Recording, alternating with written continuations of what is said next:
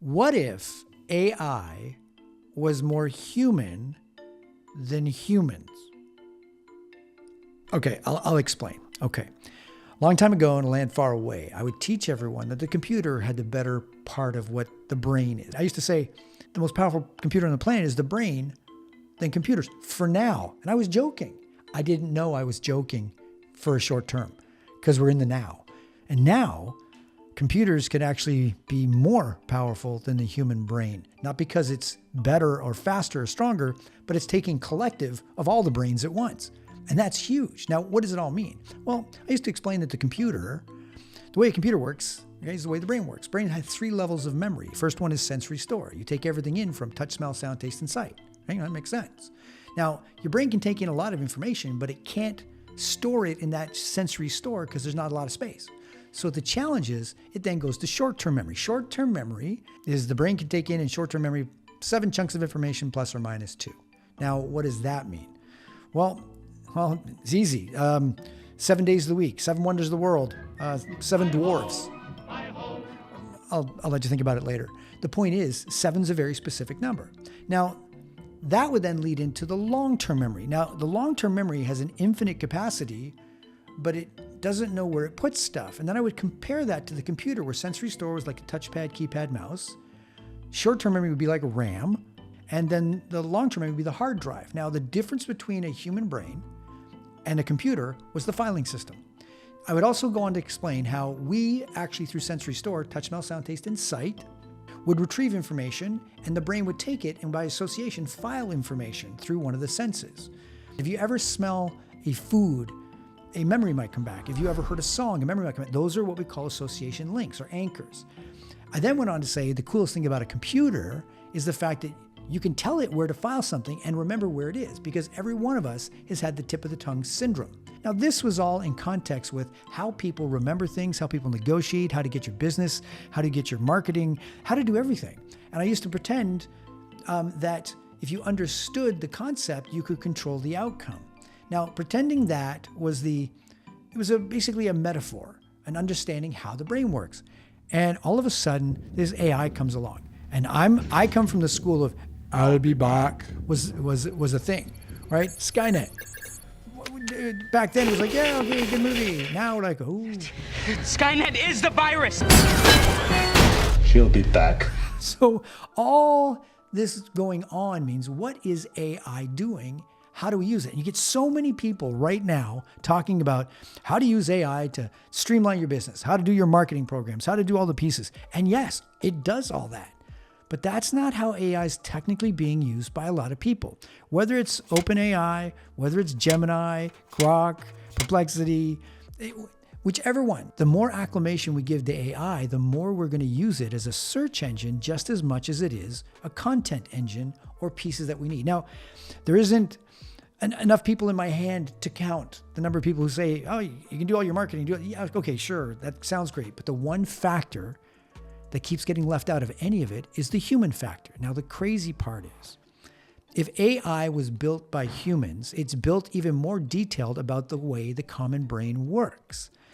And the brain, again, still the most powerful computer on the planet, now has a rival that can use depth from multiple brains to generate information for itself, which means you ask it a question, it'll find an answer. I'm not here to teach about AI. I'm not here to talk about what I know about technical stuff. I don't.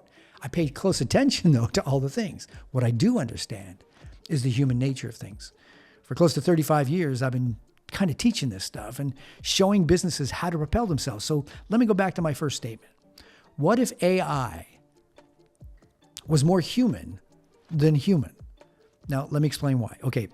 This new version of understanding the depth is everyone's trying to use AI and trying to figure out how to use it in their business to make their business better. Well, if everyone's doing that and creating content and creating blogs, eventually, again, it becomes a net sum game. It's like SEO. SEO, pretty much keywords, so much a little bit more, they're going to be kind of obsolete. Now, as a result, you're going to look at this in a different way. Hopefully this will give you insight so you can give your business a better opportunity, a faster opportunity, and be able to get more leads, more customers, more clients. Why? Because if you think about it, if everyone's putting, again, all the content, get all the blogs, get all the things written, get all the marketing pieces, there's still one missing element. And that missing element is the human nature factor. Even though I just said AI is more human than humans, the human nature factor still has to be involved because you still have to have a connection. So how does it work? Well, okay, here's my thinking pattern. Hang with me for a second. I'm going to go on a trip because I know enough that if I can convey that in something that you understand to be true, then you'll understand it and be able to implement it better, faster. Because again, as I say to you, it is not about using AI to do more content and blogs and better marketing and more efficiency. It's about when someone searches on AI and asks them for the best X or Y or Z or Z, depending where you're from, for that product or service, how AI picks you. And that is more valuable than anything else anyone's ever going to teach you about how AI works. Why?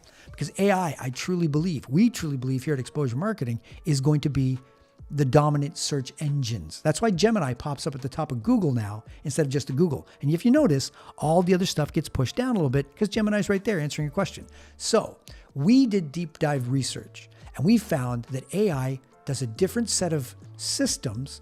How does it figure out how to pick? Well, I'll give you an example. All right. Hopefully, in some time in your life, you've been to a movie at a movie theater. We're just going to go with that. Why? Because hopefully everyone's had a chance to go see a movie. You know what I'm saying? Okay, so here's the deal.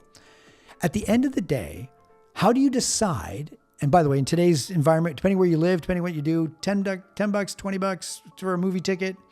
Forget about the popcorn and the pop or soda that cost $50. That's where they make their money. But let's just say for sake of argument, you're deciding between a $10 and $20 movie ticket. How do you decide? Well, let's begin. Let me show you the human algorithms.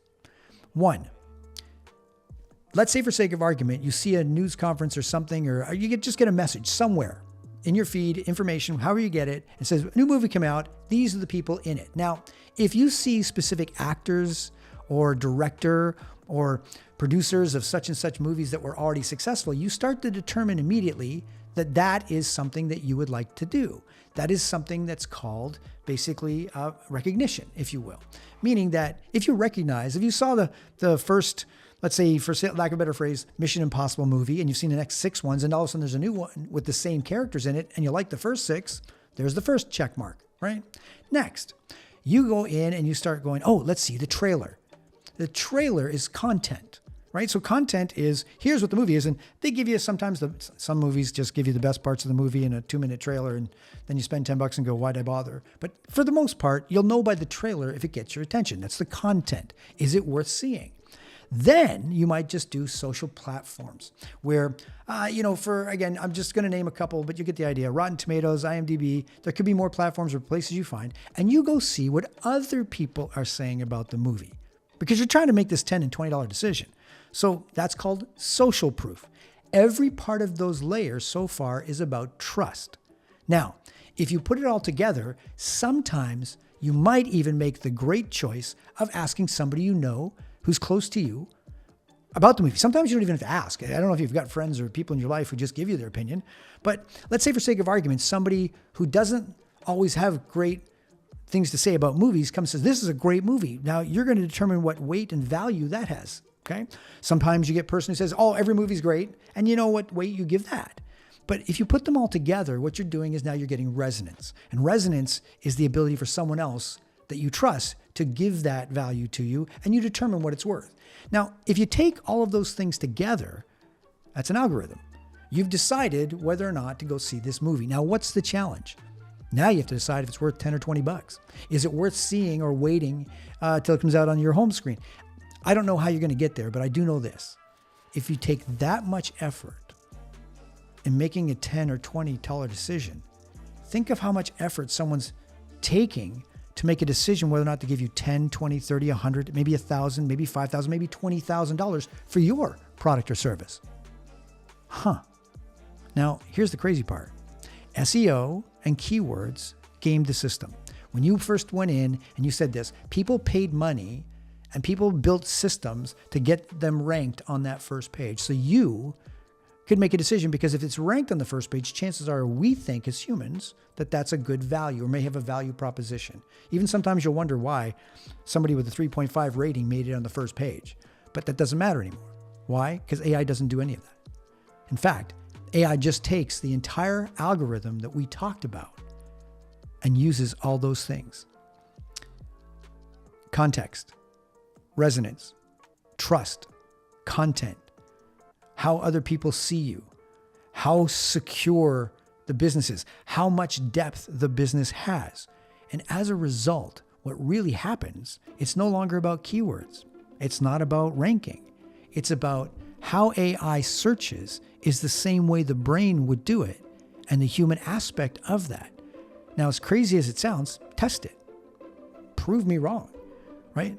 Because we've done this in such a way where we've spent days testing and testing and testing. In fact, the other day, we did an example of somebody having a challenge with their furnace, and they live in a certain town, so we put it in there.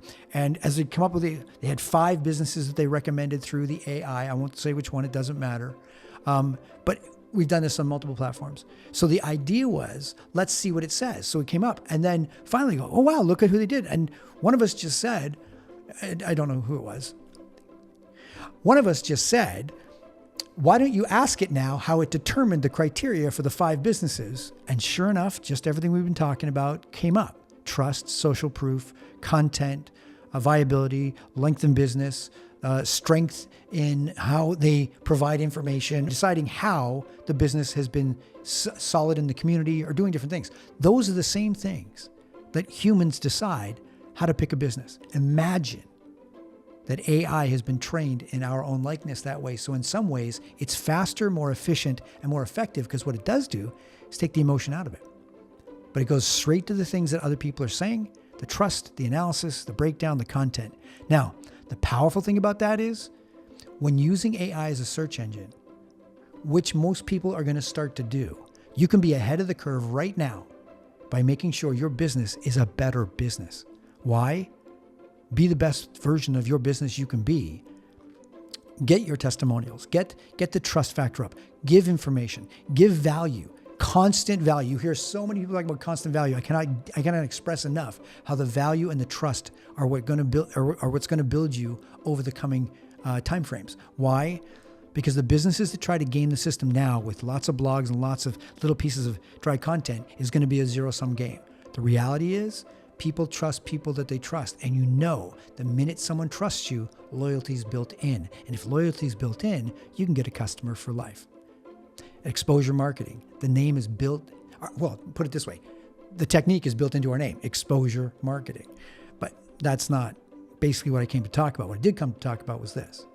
As a business, do not hesitate to amp up and amplify all of your trust sequences, all of your content, and all of your information to get the advantage now before everyone else figures this out. In doing so, it's also part of our process. How do we build trust? Well, we actually create customized blueprints for businesses across every industry. We've got 35 years plus experience in doing it. But in doing that for you, all you need to know is this. If you want to get the advantage, if you want to be able to build the trust, if you want to be able to get those things, get a flea blueprint. Sometimes I should use a script. But in doing so, what I'm trying to get across is this. The blueprint builds the absolute steps necessary to get the trust, the content, the information that AI is going to use to find your business. Give yourself the advantage before your competition does. Thank you so much for tuning in today. If you have any questions, if you want to get a free blueprint, click the link below. We'll answer whatever you need to do.